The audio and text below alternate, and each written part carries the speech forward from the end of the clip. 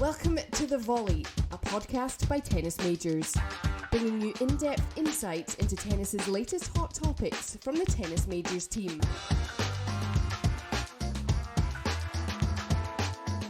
I'm Simon Cambers, and I'm delighted to welcome Chris Oddo to this latest edition of The Volley, the new podcast from Tennis Majors, which is the ultimate one-stop shop for all tennis fans, with all the latest videos, news, features, debates, and everything you'd want to keep you up to date with the tennis world.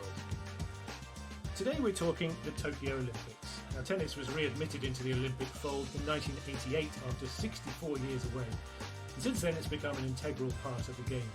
The tennis events begin in Tokyo on Saturday, and we'll be discussing all the talking points, from Novak Djokovic's quest for the Golden Slam to the return of Naomi Osaka, the face of the Games, and how the likes of Andy Murray, the winner in 2012 and 2016, might get on. We'll also talk about the unique nature of this Olympics, delayed by a year because of the COVID-19 pandemic, with no fans allowed in, and with the host nation Japan unsure of whether the Games should even be held. So a very warm welcome to Chris Oddo, a writer, podcaster extraordinaire. You'll see his name and his face all over tennismajors.com, and he's an integral part of the editorial team. Now, Chris has been devouring all things Olympics, I know, over the last few weeks, so there's no better person to cover all the major talking points. And a very warm welcome to you, Chris. Hey, Simon. Pleasure to be here. How are you? Doing well. Ready to talk some Olympics for sure. We have draws. We do have draws. We do indeed. We'll go through those too as we go along. But let's start with, the first point to say is, first of all, how excited are you about this Olympic Games tennis event? Incredibly excited, and I have to say it has a lot to do with how much I enjoyed the 2016 Rio Games. Those took me by surprise, probably one of my favorite tennis tournaments in the last 5 years. And ever since then, I've been looking forward to the next event. It took us a while to get here in Tokyo, and it's not going to be an easy event by any means, quite unique due to the pandemic, but I still am very much looking forward to it. Why did Rio take you by surprise? I think I was one of those people who had not warmed completely to Olympic tennis. And I was just kind of swept in by the emotions of those games. Started very early in Rio with Novak Djokovic going out to Juan Martín del Potro in one of those matches that just struck you as like, wow, you really got a feel for how much the Olympics mean to the athletes. Sometimes it takes you by surprise with tennis because they talk down the importance of the games. We have so many important events in tennis, the Grand Slams, of course, during the season, and don't always get Olympics that are fully attended. But once they begin, it's hard not to be swept into the excitement and to the emotional content of it all. And of course, those Olympics were so special with Nadal winning doubles, crazy moments with Mark Lopez, all the way through to the final. Of course, Andy Murray winning gold. And of course, the biggest surprise of all was Monica Puig's performance in 2016. Just came from out of nowhere to win gold. Oh, wow. Monica Puig was sort of perfection for that whole week. She just blew everybody off the court, didn't she? And Andy Murray, the match with Juan Martín del Potro in the final, I feel like it's still going on. It was so epic. The rallies were nuts. It's amazing. Those games were just so good in every way. And I remember after they were over, I just said, I cannot get enough of Olympic tennis. I'm officially converted. I don't know why it had taken me so long, but here I am hoping that Tokyo can just come close to matching what we got in Rio. It's funny, isn't it? I was looking at the medal ceremony for the men's event with Andy Murray, with Del Potro, and with Kei Nishikori as bronze, and I'd totally forgotten about that. But as we head into Tokyo, one of the talking points is, who's going to do well for a start. We can go through the draws in a moment, but Nishikori, of all the people in the draw, he has an enormous amount to play for. Yeah, and he's got himself a nice opportunity in the first round against Andrei Rublev of Russia. That's one that everybody circled. I don't know if there's a lot of pressure on Kei Nishikori.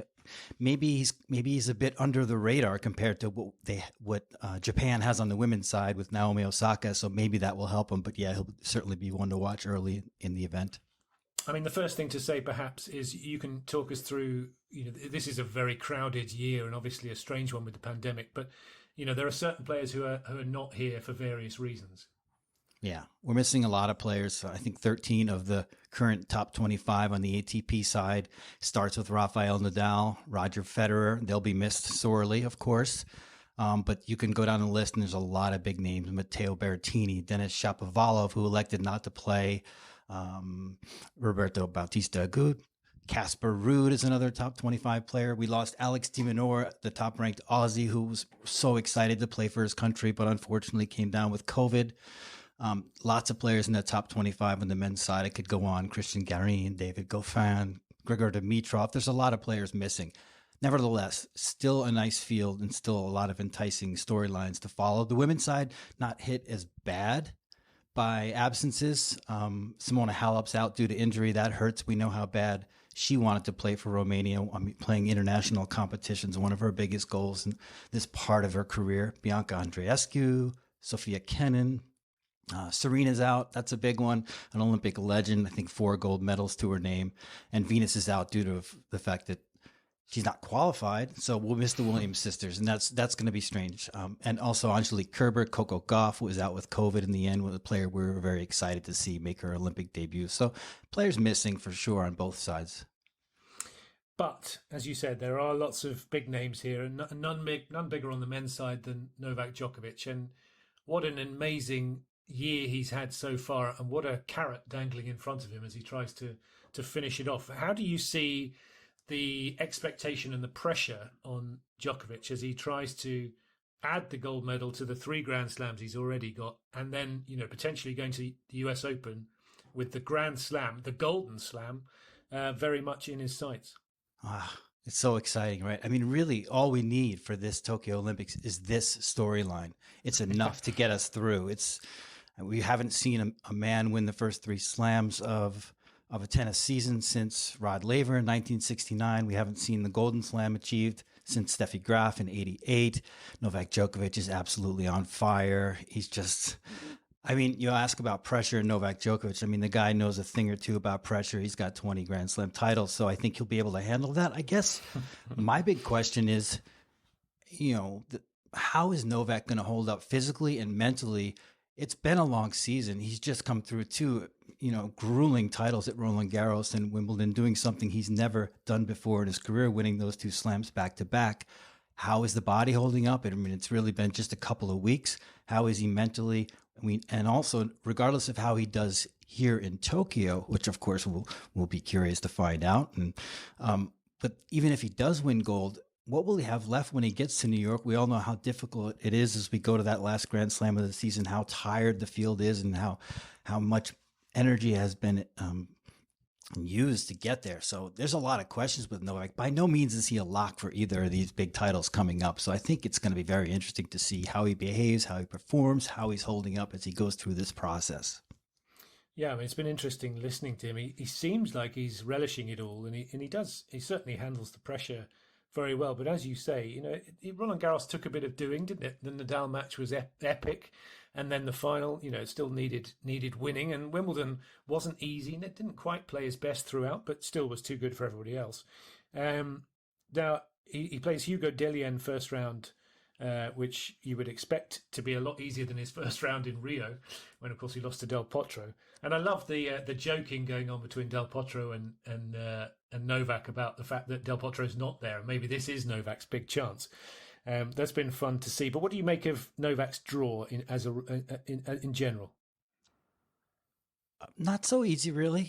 I think he's got a bit of a play-in, which is nice. And of course, we should talk about the fact that Djokovic has not won Olympic gold before. It's one of the few things that he hasn't done in his career. Bronze in 2008 at Beijing, and disappointing losses like the ones you mentioned to Del Potro. 2012, Wimbledon lost to Del Potro in the bronze medal match, and then 2016 first round at Rio. His draw, I think, looks relatively uncomplicated until you get to the quarterfinals, and then it's a potential matchup with Russia's Andrei Rublev, who, as we mentioned, is facing Kei Nishikori in the first round, so no guarantee that he'll be there.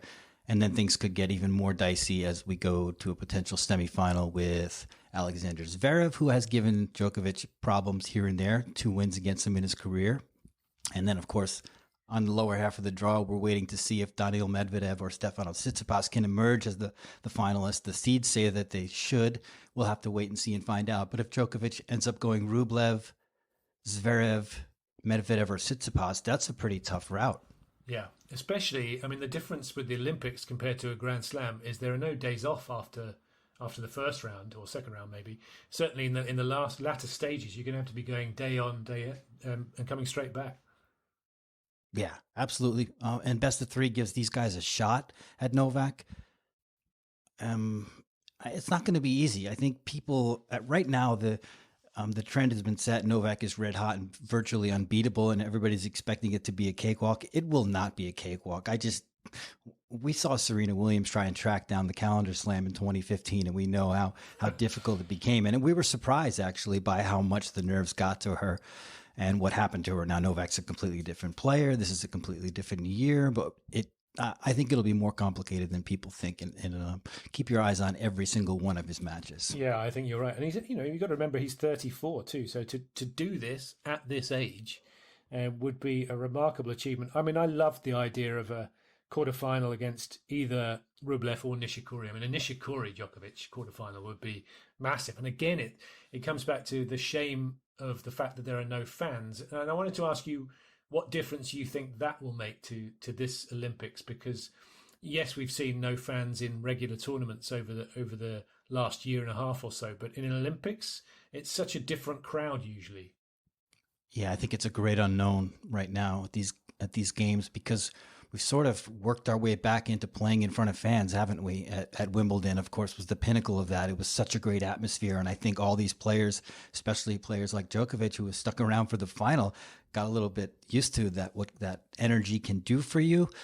And I think it might be a surprise to drop back down and do it fanless. So I think it's a great unknown, and it's really going to be up to maturity and experience and being prepared for sort of a deflating atmosphere. And I think those players that are best prepared will handle it best. I think that's what we've seen in these other tournaments as well without fans. There are some cracking first round matches, as there always are in these packed tournaments. I mean, Medvedev against Alexander Bublik should be a whole lot of fun. Those two can do anything. We've already mentioned Nishikori and Rublev, but I want to come to Andy Murray because, I mean, I was there when he won in 2012 when he won his first gold medal, which really was his big breakthrough in his career after all the near misses he'd had and having been beaten by Roger Federer in the final at Wimbledon just 3 weeks before it.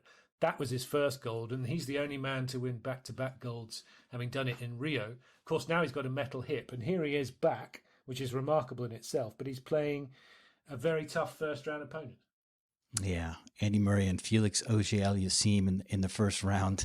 And anybody who watched the U.S. Open in 2019 knows what Felix can do against Andy. That was a totally different setting. I think Andy's a lot further along in the way he wants to play right now. So this could be a really fantastic match. And of course, as you mentioned, he's a 2-time gold medalist. This is an event that he relishes. And I think this is a great opportunity for Andy Murray to take another step.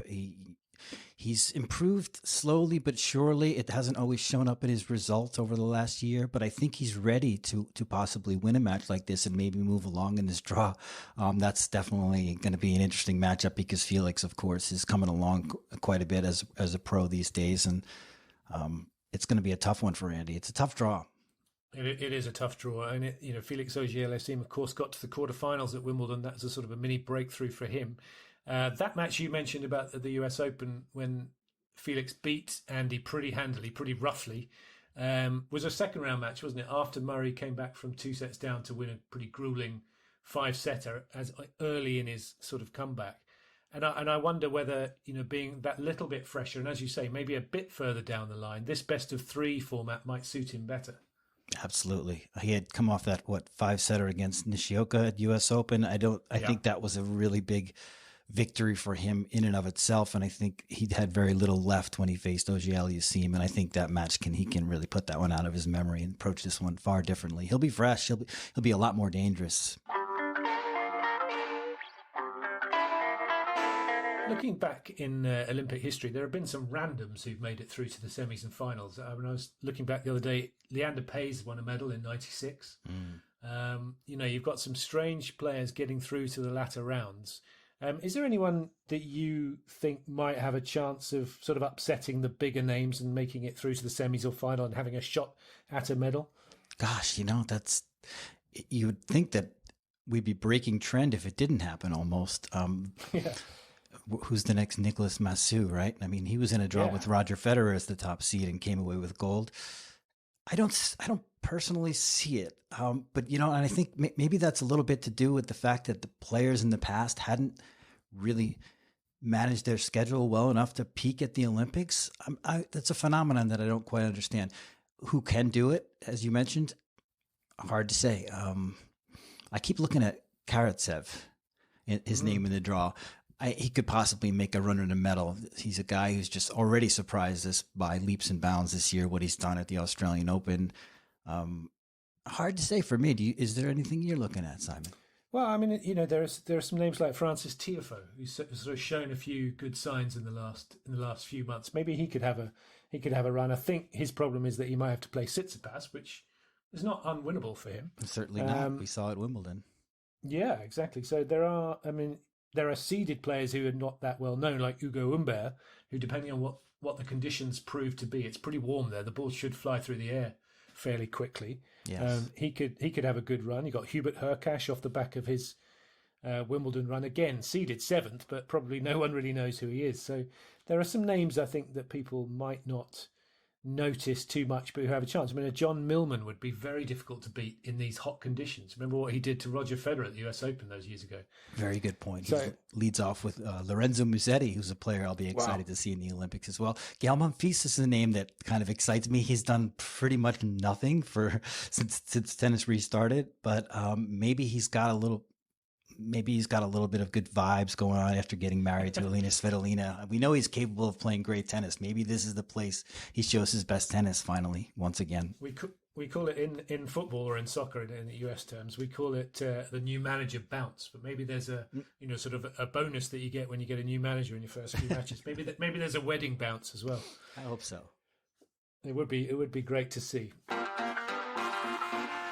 Let's have a look at the women's. Now, you mentioned some of the players who are not there. The Williams sisters, obviously, a real shame not to see Serena in particular, having had such a great Olympic record. Simona Halep out, Bianca Andreescu, a few others. But in general, it's a pretty strong field, and we've got the women who were at the back end of Wimbledon up against, some of the other top players. And how do you make the draw? You've got Ash Barty, of course, Wimbledon champion at the top, and you've got Naomi Osaka, the big. This, I suppose, is the big story of the women's event, the return of Naomi Osaka. Yes, I think you've got these two pillars on either sides, the men's and the women's, and Osaka is the big story. She's finally coming back to play after what has been a really trying time for her. She hasn't played since she withdrew from Roland Garros before her second round match. Mental health is the buzzword. There's been a lot of attention on her on social media of late. And it's almost surprising to see her back on a tennis court. It's I don't know how you feel, Simon, but it's just strange. I'm really a little bit worried, a little bit concerned about how she's going to perform and how much pressure there will be. It's the mental health issues that she spoke about are real. This is not. She's really under the spotlight playing in Tokyo. I don't have a feel for it not being there and not knowing what it's like, but I've seen her name pop up in a lot of endorsements. It's kind of interesting the way this is kind of like all starting to play out. Anyway, on the court, we know what she can do. She's a 4-time Grand Slam champion. She's great under pressure, or at least has been in her career. This might be a level of pressure she's never seen before. Opening with China's Zhang Saisai, which could be an interesting matchup. I don't think there are any easy matches on the women's side, and answering your original question, Simon, I think it's a really well-balanced and really deep draw, and I think there are a lot of players who could make deep runs to the medal rounds. Yeah, I mean, Osaka, you ask what I think. I mean, it's great to see her back on the court in the first instance. Hopefully she's doing well. Obviously, she's had mental health issues, which forced her to feel like she needed to withdraw from Roland Garros and then didn't play Wimbledon. But, she's such a massive name in Japan, and, she really is the face of the games. I suppose she had very little choice to play. I mean, this is something, if you don't play, look at all the sponsors she's got. She's got more sponsors than anybody else in the whole tennis world these days. She's in such demand. It is really going to be a test of how she deals with everything. I guess she'd probably be happier on the court than off it. And maybe the fact that there are no fans might help her too. But, you've got Ash Barty at the top of the draw. As you said, Wimbledon champion, world number one, in great form, really goes into the tournament as favourite. But you've got a few other players. When you look at Sabalenka, Karolina Pliskova, who's rediscovered how to play again, Maria Sakkari. I mean, these are big names. Iga Swiatek, Alina Svitolina. Yeah. As you said, the wedding bounce. There are a lot of players that could come through. Yeah, you mentioned Sabalenka. I've been thinking about this whole Olympics as a springboard theme, and I think Sabalenka is a player who is clearly a lot closer to making a breakthrough on the Grand Slam stage, as we saw at Wimbledon. We've seen players use that stage before to kind of make the next step. Andy Murray, who you mentioned, is a great example. He won gold at Wimbledon in 2012 and was a U.S. Open champion about a month later, first maiden Grand Slam. So Sabalenka is a player I keep an eye on. Maria Sakkari, as you mentioned, as well. Had a match point in the semifinals at Roland Garros, clearly making steps, getting closer, could use this tournament as a springboard, as a great experience to, play more big matches. And we know how fired up she is to play for Greece. I think the Greek athletes, like some of the other countries, the Russians really embrace the Olympic spirit. So it'll be fun to watch those players. And as you mentioned a lot, the Ash Barty, how will she rebound from her Wimbledon title? There's balance all over the draw. There's also some interesting storylines with Carla Suarez Navarro, her last Olympic Games. Kiki Bertens will play her last tennis, I believe, of her career. So, I mean, basically top to bottom. Muguruza is another player who I think has played a lot of great tennis in the last 52 weeks and really hasn't gotten that breakthrough result. She'll be a player to watch, in my opinion. Yeah, again, there are some pretty tasty first-round matches. You mentioned Sabalenka. I don't think Magda Linette's going to be too easy in the first round for her, especially if she's feeling a few nerves. But Karolina Pliskova plays Elise Cornet, which could be fun. Cornet will try and keep Pliskova out there as long as possible. Jennifer Brady might be someone to watch for outside of the big names. I mean, she's sort of come off a little bit from where she was maybe 3-6 months ago. But do you see her, someone like her, having a run? I don't see why not. She certainly got the game, and I think we all saw that when she reached the Australian Open final, just how talented she is and how close she is to being a Grand Slam champion.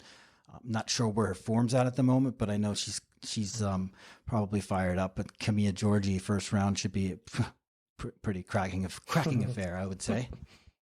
There are some, as you said, there are some other great storylines. I mean, I think I put it out on Twitter. There wouldn't be a dry eye in the house if Petra Kvitova won the title. I was just coming to her. Always has played well for her country. And I think already a bronze medalist. That was 2016, if I'm not mistaken. Bronze medalist in singles, and yes, she's another one that's played a lot of great tennis. And coming off a disappointment at Wimbledon, maybe the perfect remedy is Olympic gold for Petra. Yeah, that would be absolutely amazing. Something I mentioned in the intro, we talked about Japan.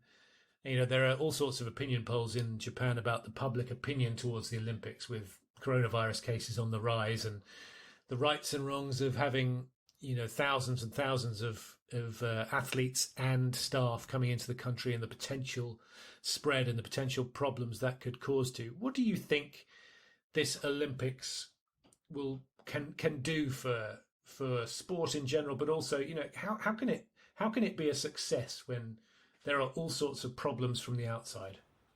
That's a very good question. I think Andy Murray put it well yesterday. He wrote a column for Olympics.com about the importance of the Olympics, bringing together the athletic community and getting that positivity back in our world and in our sport, and just inspiring people. I think it can't miss, as long as the COVID issues that are potentially out there don't really become the storyline. I don't think the Olympics can miss in terms of helping us feel better. We're not out of this pandemic, and we're not going to be anytime soon, but getting this Olympic Games in finally, and from a tennis perspective, having the athletes out there and having a chance for them to make these memories. As I said, it's like what happened in Rio. It really hits you, the emotions of the game, and I think it'll be nice for people just to live these emotions all across the spectrum. So, in my opinion, it can't miss. It can't. Yeah, I mean, it's always interesting. I mean, it's such a packed calendar in general in tennis, and then you have this weird week in some ways, but the Olympics all in one. Everything's played all at the same time. There's no sort of, the doubles is played very quickly. I mean, we could talk about the doubles too. There are some fun pairings in there.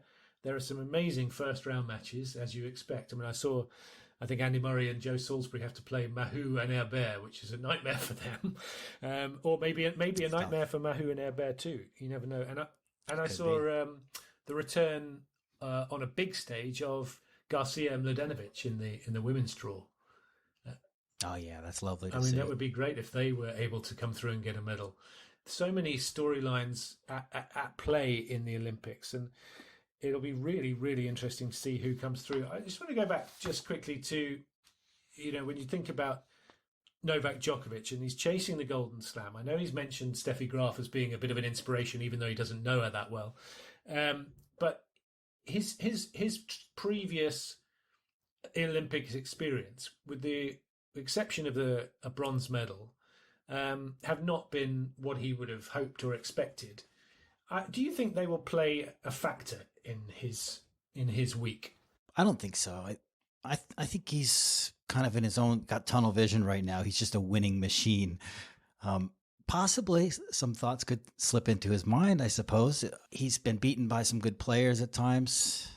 I don't know if he's really been as motivated to do well as much as he is this year with all the things that are on the line and all the history he stands to make. So I think it's a little bit of a different Novak Djokovic in a lot different situation for him this year.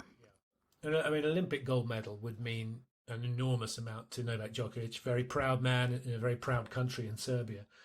And I just wonder whether, those nations who take the Olympics very seriously, those players see the Olympics differently. And has that played into who's here and who's not here? Who's actually at the games in the draw, you mean? I think it has, yeah, for sure. I think the Russians wouldn't want to miss it for the world.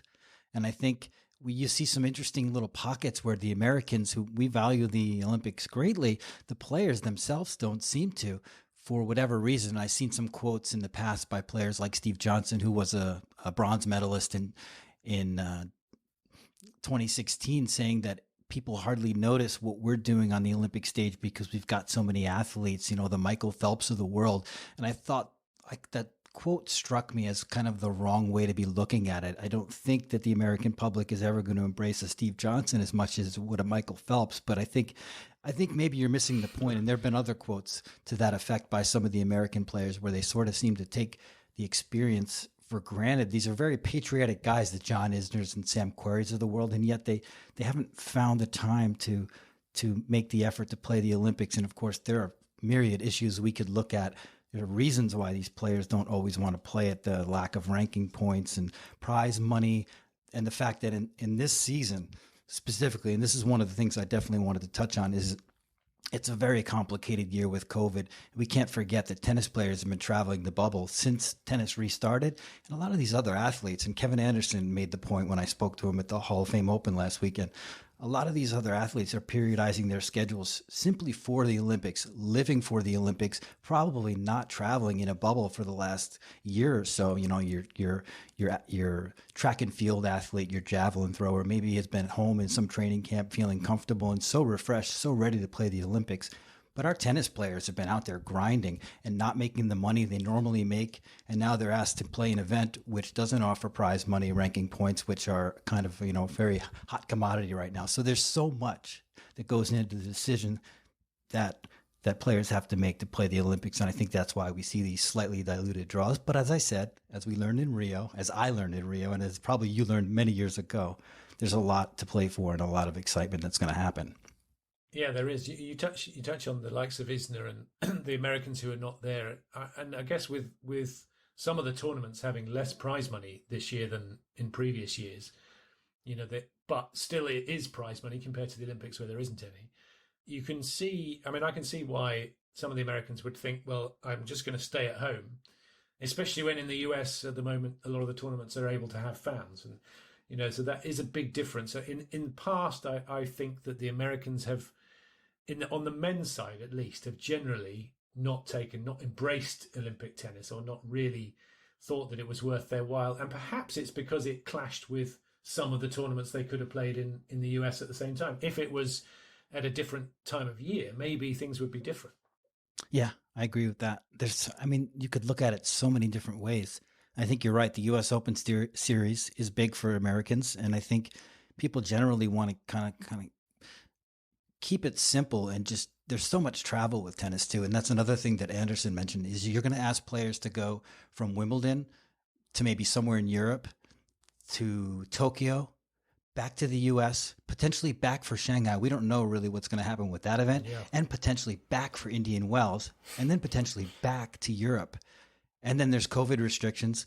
The Delta variant is on the rise. People are taking risks just to go to Tokyo. If you've read about the protocols that are in place there, they don't sound like they've really got it perfected. So there's so much going on. But back to your question about the Americans, there's always been this issue where some people just don't value Olympic gold. Maybe it's because tennis skipped those 64 years, as you mentioned at the beginning of the show. We don't have this imagery. We don't have a Bjorn Borg Olympic moment, which I think would be nice to have, right? We don't have a Rod Laver Olympic moment, or a Chris Evert Olympic moment. It would be. I think we missed a little bit of a blank spot in our history, and when we're storytelling, and when players are thinking about what they want to be in their careers, they think about the Grand Slams. Maybe if we had this imagery of Bjorn Borg winning a gold for Sweden or something, it might maybe change the way they perceive these games. And I think over time, if tennis stays a part of the Olympics, which I sincerely hope it does, we'll have more of those memories, and then maybe people will realize just how valuable winning an Olympic medal is. Yeah, that's a good point, because I know when tennis was brought back into the fold in 88, but before that they had a test event in 84. And that, if, to anyone as me, who is a mental John McEnroe fan, 84 was his biggest year. He was 82-3. He won Wimbledon and the US Open. He won almost everything. And he chose not to play in that test event because it's the Olympics. What's the point? It's not tennis. It shouldn't be in the Olympics. And as you said, it had been out of the Olympic fold for 64 years mostly because tennis was becoming behind the scenes a professional sport. It was all rows about whether it was really amateur. And of course, nowadays, all the sports in the Olympics are basically professional, barring one or two. So things have changed, and you're right. It would be amazing to have a sort of Bjorn Borg moment lifting the trophy, but maybe that's what you need. Maybe you need a Naomi Osaka lifting a trophy so that for future generations you see these massive names performing on the Olympic stage. It would be great to see. I'm going to leave you, Chris, with one question covering two things. Give me the champions. Give me the winners. Oh, geez. I have to think Novak's on a mission and that he will complete the mission. On the men's side, I really haven't wavered from thinking that he'll do it. I do believe there's a chance for Tsitsipas, Medvedev, Zverev, as we mentioned, to take him out. But I would pick, if I had to, say Novak Djokovic. Women's side, a lot trickier. I'm scanning the draw right now, trying, because I haven't made my pick. I don't have a vision of Naomi doing it, though it would be wonderful for her and wonderful for tennis, and I want her to have a positive experience, and I think she will. Petra Kvitova, I'm on your bandwagon. Wow, let's give it to Petra. That would be an amazing story if she were able to win it after all she's been through. It would really be the culmination of a fantastic career. Well, Chris, thank you so much for joining me. It's been fascinating to talk about all things Olympics, and very much looking forward to seeing what happens over the next week or so. That was fun, Simon. Thank you for having me. You can listen to all episodes of The Volley on tennismajors.com, on Spotify, and all main audio platforms.